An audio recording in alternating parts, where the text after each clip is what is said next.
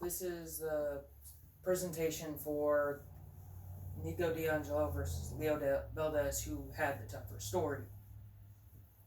Next slide. Nico's on the right hand side and Leo's on the left. Leo's described as a short Latino's Santa's elf. Nico is described as a short, scrawny, long black haired, and looks like he's never eaten much. Next slide.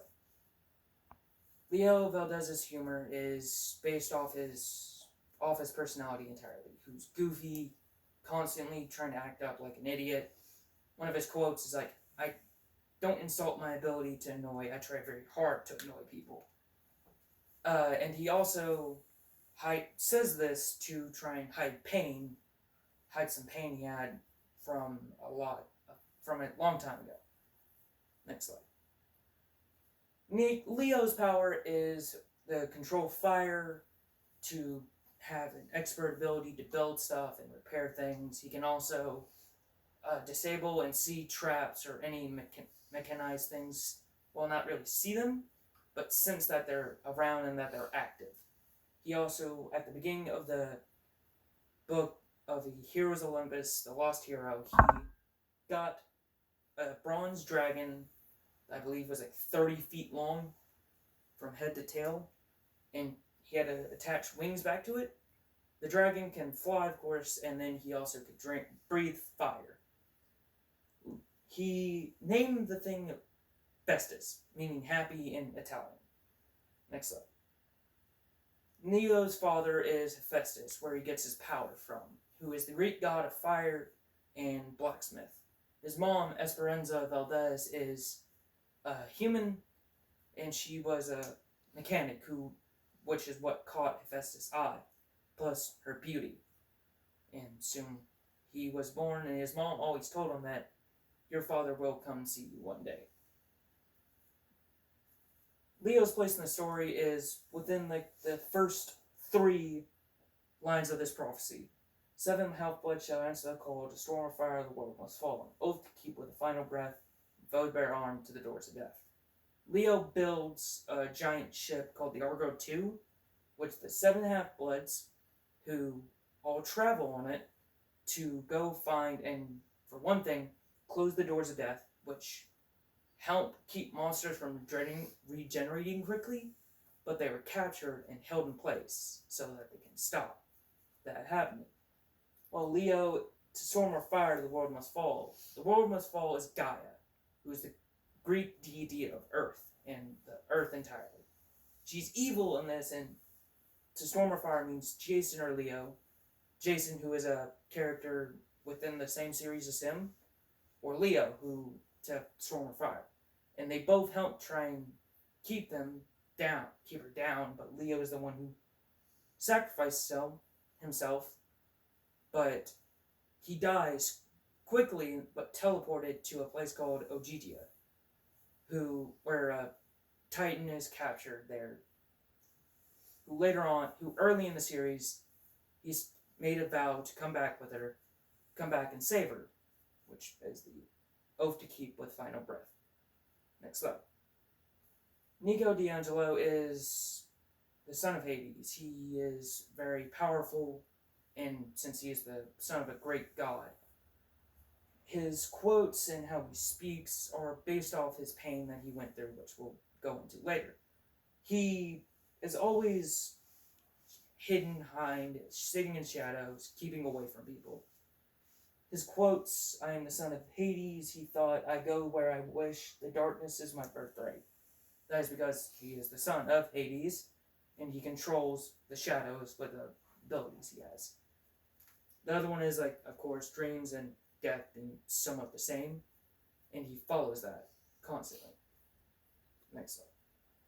Nico D'Angelo's powers, he can summon skeletons and keep them alive for a while before he has to drop them due to exhaustion.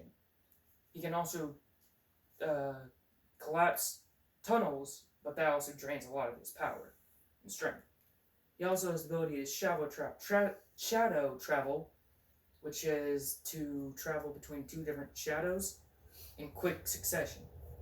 which he does use very usefully, but it almost kills him at the end of the book series.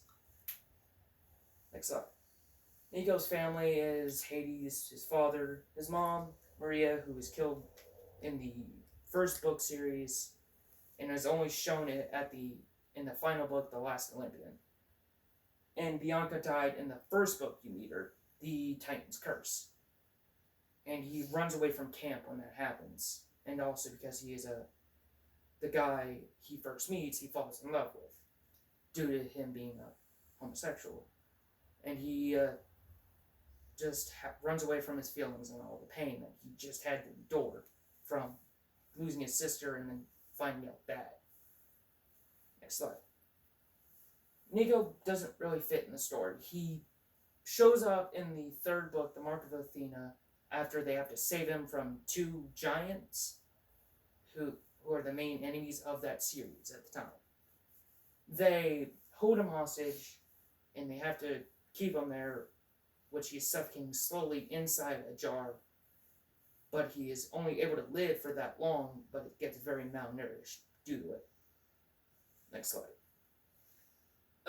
Leo's pain comes from him accidentally killing his mom after being terrified and using his powers to accidentally completely burn down the warehouse him and his mom were in one time. She dies, he runs away constantly, going from foster home to foster home. One of his sayings is that always keep moving. Don't stay in one place too long.